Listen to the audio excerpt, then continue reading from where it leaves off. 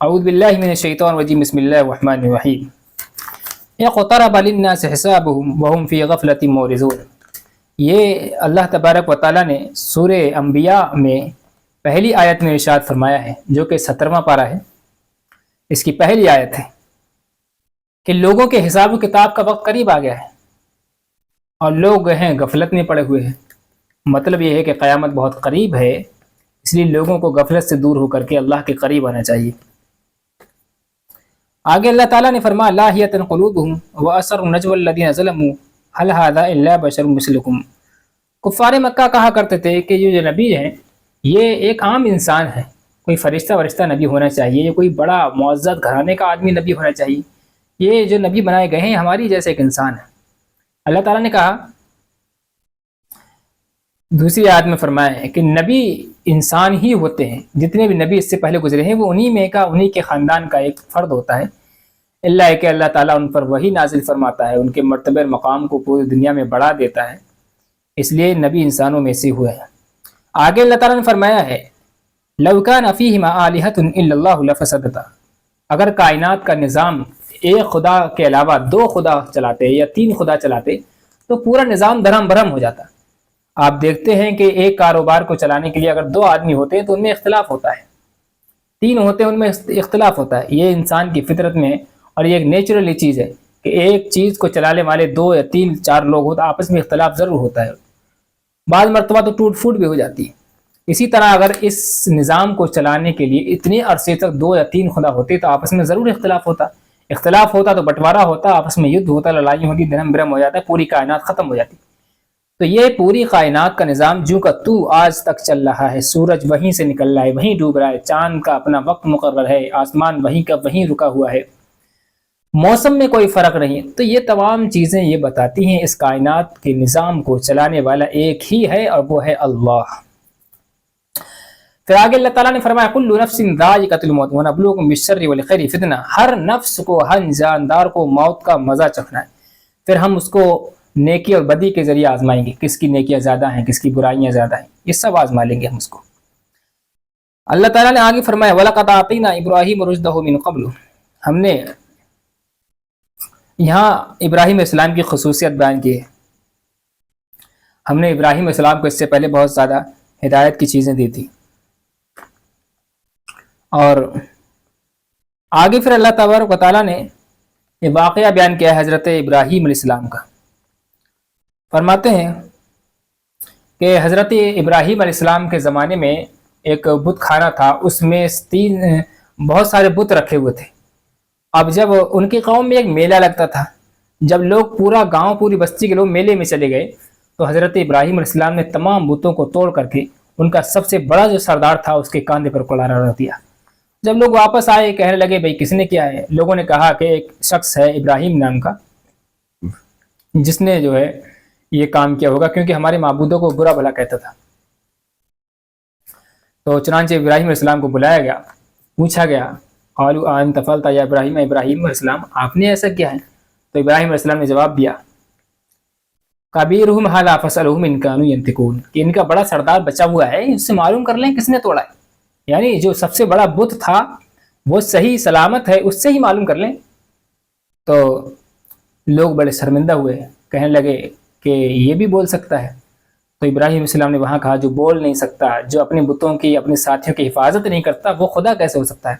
وہاں ابراہیم علیہ السلام نے ان کو لاجواب کر دیا تھا۔ اب یہاں آگے اللہ تعالیٰ نے داؤد علیہ السلام اور سلیمان علیہ السلام کا واقعہ بیان کیا ہے اسی پارے میں۔ فرماتے ہیں اذ یحکمان فی الارض اذ نفشت فیہ غنم القوم، اس میں واقعہ بیان ہوا ہے کہ داؤد علیہ السلام کے زمانے میں ایک واقعہ پیش آیا کہ ایک بکری کے ریوڑ نے کسی کے کھیت کو چن لیا تھا، تو یہ فیصلہ حضرت داؤد علیہ السلام کے پاس آیا۔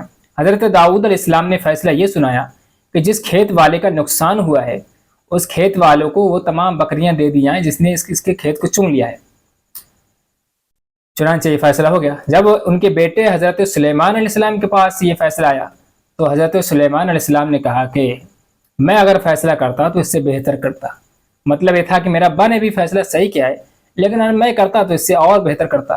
یہ خبر حضرت داؤد علیہ السلام کے پاس پہنچی۔ داؤد علیہ السلام نے حضرت سلیمان علیہ السلام کو بلایا اور کہا کہ آپ کیا فیصلہ کرتے؟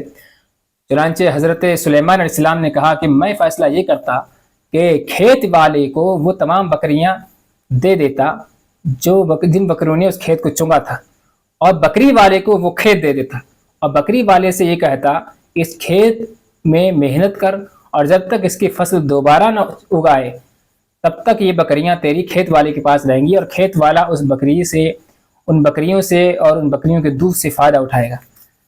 چنانچہ یہ فیصلہ حضرت داؤد علیہ السلام کو بڑا پسند آیا، اور انہوں نے اپنا فیصلہ واپس لیا اور اس فیصلے کو سنایا۔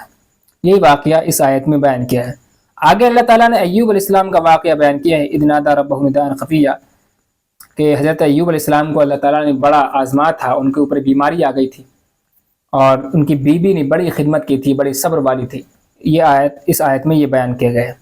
پھر آگے حضرت یونس علیہ السلام کا واقعہ بیان کیا، وَظَنُّونِ إِذْ ذَهَبَ مُغَاضِبًا فَظَنَّ أَن لَّن نَّقْدِرَ عَلَيْهِ فَنَادَىٰ فِي الظُّلُمَاتِ أَن لَّا إِلَٰهَ إِلَّا أَنتَ سُبْحَانَكَ إِنِّي كُنتُ مِنَ الظَّالِمِينَ۔ حضرت یونس علیہ السلام کی قوم جو تھی بڑی مکار تھی، بت پرست تھی، عیاش تھی۔ حضرت یونس علیہ السلام نے بڑی دین کی دعوت دی تھی، ان کو سمجھایا تھا، لیکن وہ نہیں مانے تھے، تو انہوں نے وارننگ دی کہ 3 دن کے اندر تمہارے اوپر عذاب آ جائے گا۔ چنانچہ جب تیسرا دن ہوا تو حضرت یونس علیہ السلام عذاب آنے سے پہلے ہی بستی سے نکل کر چلے گئے۔ اب جب بستی سے جا رہے تھے نکل کر کے، عذاب انہوں نے آتا ہوا دیکھا، عذاب کے آثار نظر آنے لگے، تو حضرت یونس علیہ السلام کو قوم کے لوگوں نے آوازیں دیں اور ایمان لانے کے لیے کہا کہ ہم توبہ کرتے ہیں، استغفار کرتے ہیں، لیکن یونس علیہ السلام واپس نہیں آئے۔ یہ بات اللہ کو بڑی ناپسند لگی کہ قوم جو ہے بالکل توبہ کرنے کے لیے تیار ہے اور آپ جا رہے ہیں۔ چنانچہ وہ سمندر کے کنارے پہنچے، ایک کشتی پر سوار ہوئے، اور جب کشتی پر سوار ہوئے تو ایک مچھلی نے ان کو نگل لیا، اور روایت میں آتا ہے کہ 40 دن تک وہ اسی مچھلی کے پیٹ میں رہے، اور 40 دن کے بعد وہ مچھلی کے پیٹ سے نکلے، مچھلی ان کو پیٹ سے نکال کر کے باہر کر دیا۔ چنانچہ مچھلی کے پیٹ میں دعا کرتے رہتے تھے، لا الہ الا انت سبحانک انی کنت من الظالمین، جو اس آیت میں ذکر ہے قرآن کی۔ چنانچہ جب بھی آپ کہیں گر جائیں یا اندھیرے میں پھنس جائیں یا آپ کو کوئی پکڑ لے تو ایسی صورت میں اس آیت کا آپ ورد کریں گے تو اللہ تعالیٰ آپ کو ضرور چھٹکارا عطا فرمائے گا۔ لا الہ الا انت سبحانک انی کنت من الظالمین، اس کا ترجمہ ہے اے اللہ تیری ذات پاک ہے اور بے شک میں ہی ظالم ہوں۔ آگے اللہ تعالیٰ نے سورہ حج یہاں شروع ہوتی ہے، اس میں جو ہے حج کے ارکان وغیرہ کا ذکر ہے، اس لیے اس کا نام سورہ حج رکھا گیا۔ فرماتے ہیں یا ایھا الناس اتقوا ربکم ان زلزلۃ الساعۃ شیء عظیم، اے لوگوں اپنے رب سے ڈرو، بے شک قیامت کا زلزلہ بڑا ہولناک ہوگا، اتنا ہولناک ہوگا اس دن جو ہے دودھ پیتے بچے کو ماں بھول جائے گی، ماؤں کے پیٹوں میں جو بچے ہوں گے اس حمل کو وہ گرا دے گی، اتنا خطرناک قیامت کا دن ہوگا۔ آگے فرماتا ہے اللہ تعالیٰ وَمِنَ النَّاسِ مَن يَعْبُدُ اللَّهَ عَلَى حَرْفٍ فَإِنْ أَصَابَتْهُ خَيْرٌ اطْمَأَنَّ بِهِ وَإِنْ أَصَابَتْهُ خَيْرٌ اطْمَأَنَّ بِهِ۔ یہاں ایک واقعہ ذکر کیا جاتا ہے کہ ابی بن خلف نام ہے ایک آدمی کا، وہ ایمان لے آیا تھا حضور صلی اللہ علیہ وسلم پر۔ اب اس کے ساتھی نے بڑی عار دلائی، بڑی شرم دلائی، بھائی تو نے کیا کیا کہ محمد صلی اللہ علیہ وسلم کے محمد کے اوپر تو ایمان لے آیا، اور وہ تو ایک عام آدمی ہے، تو اتنے بڑے گھر کا آدمی، تو امیر آدمی ہے، تو کس پر ایمان لیا؟ تو ڈر گیا اس سے، تو بڑا سمجھایا بجھایا، چنانچہ وہ اپنے ایمان سے پھر گیا، پھر اپنے مذہب میں آ گیا۔ اس کے بارے میں فرمایا کہ جو اللہ کی عبادت کرتے ہیں کنارے پر کھڑے ہو کر کے، ان کو جب کوئی مصیبت پہنچتی ہے اور جب کوئی بھلائی کی بات پہنچتی ہے تو جو ہے ان کا دل اطمینان حاصل کر لیتا ہے، بڑی خوشی ہوتی ہے، اور جب کوئی پریشانی آتی ہے، مشکل آتی ہے تو کہتے ہیں کہ جو ہے ہمیں اسلام میں پریشانی ہو رہی، یہ لوگوں کی حالت ہوتی ہے۔ آگے اللہ تعالیٰ نے فرمایا ہے حضرت ابراہیم علیہ السلام، حضرت اسماعیل علیہ السلام نے جب کعبۃ اللہ کی تعمیر مکمل کر لی، پورا کعبہ بنا لیا، تو حکم ہوا وَإِذْ بَوَّأْنَا لِإِبْرَاهِيمَ مَكَانَ الْبَيْتِ أَلَّا تُشْرِكْ بِي شَيْئًا وَطَهِّرْ بَيْتِيَ لِلطَّائِفِينَ وَالْقَائِمِينَ وَرُكَّعِ السُّجُودِ، کہ اس کعبے میں اب کفر کی باتیں نہ ہو، شرک کا کام نہ ہو، اور اس کو صاف کرو عبادت کرنے والوں کے لیے، قیام کرنے والوں کے لیے، یہاں ٹھہرنے والوں کے لیے، یہاں طواف کرنے والوں کے لیے، اس کو صاف کرو، اس کو پاک کرو۔ اور پھر فرمایا وَأَذِّنْ فِي النَّاسِ بِالْحَجِّ يَأْتُوكَ رِجَالًا وَعَلَىٰ كُلِّ ضَامِرٍ يَأْتِينَ مِنْ كُلِّ فَجٍّ عَمِيقٍ، کہ لوگوں میں اب حج کا اعلان کر دو، لوگ اس کا حج کرنے کے لیے آئیں، اور جب وہ آئیں گے تو بڑے بڑے دور سے لوگ آئیں گے، اتنے دور سے آئیں گے کہ اونٹنیاں جو ہوں گی چلنے کی وجہ سے تھک چکی ہوں گی، دبلی اور پتلی ہو چکی ہوں گی، چنانچہ پوری دنیا سے آج لوگ حج کرنے کے لیے جاتے ہیں، جیسا کہ قرآن میں پیشین گوئی کی گئی تھی۔ پھر فرمایا اللہ تعالیٰ نے وَاذْكُرُوا اسْمَ اللَّهِ فِي أَيَّامٍ مَّعْلُومَاتٍ عَلَىٰ مَا رَزَقَهُم مِّن بَهِيمَةِ الْأَنْعَامِ، جو بھی چوپایا تم میسر ہو، تمہارے پاس ہو، جو بھی جانور ہو، اس پر اللہ کا نام لے کر کے اس کو ذبح کرو متعینہ دنوں میں۔ فی ایام معلومات، اس سے مراد قربانی کے دن ہے، 10، 11، 12 قربانی کے 3 دن ہوتے ہیں، اسی بارے میں یہ آیت نازل ہوئی ہے۔ پھر اسی قربانی کے بارے میں آیت نازل ہوئی لَن يَنَالَ اللَّهَ لُحُومُهَا وَلَا دِمَاؤُهَا وَلَٰكِن يَنَالُهُ التَّقْوَىٰ مِنكُمْ، جس جانوری کی تم قربانی کرتے ہو، نہ تو اللہ کے یہاں اس کا خون پہنچے گا، نہ گوشت پہنچے گا، بلکہ تقویٰ تمہارا پہنچے گا۔ کتنے اخلاص کے ساتھ تم نے قربانی کیا ہے۔ پھر آگے فرمایا اُذِنَ لِلَّذِينَ يُقَاتَلُونَ بِأَنَّهُمْ ظُلِمُوا، کہ جن لوگوں کے ساتھ ظلم ہوا ہے انہیں چاہیے کہ اب وہ بھی ظلم کا مقابلہ کریں، یعنی یہ صحابہ سے کہا جا رہا ہے کہ اب ظلم کا مقابلہ کرو۔ اس آیت میں جہاد کا حکم کیا گیا ہے کہ تمہیں دبایا جا رہا ہے، اس لیے تم جہاد کرو۔ پتہ چلا جہاد جو ہوتا ہے وہ ظلم سے بچنے کے لیے ہوتا ہے، ظلم کرنے کے لیے نہیں۔ فرماتا اللہ تعالیٰ يَخْلُقُوا ذُبَابًا وَلَوِ اجْتَمَعُوا لَهُ، جس بتوں کی تم پوجا کرتے ہو نا، وہ جو ہے ایک مکھی بھی پیدا نہیں کر سکتی۔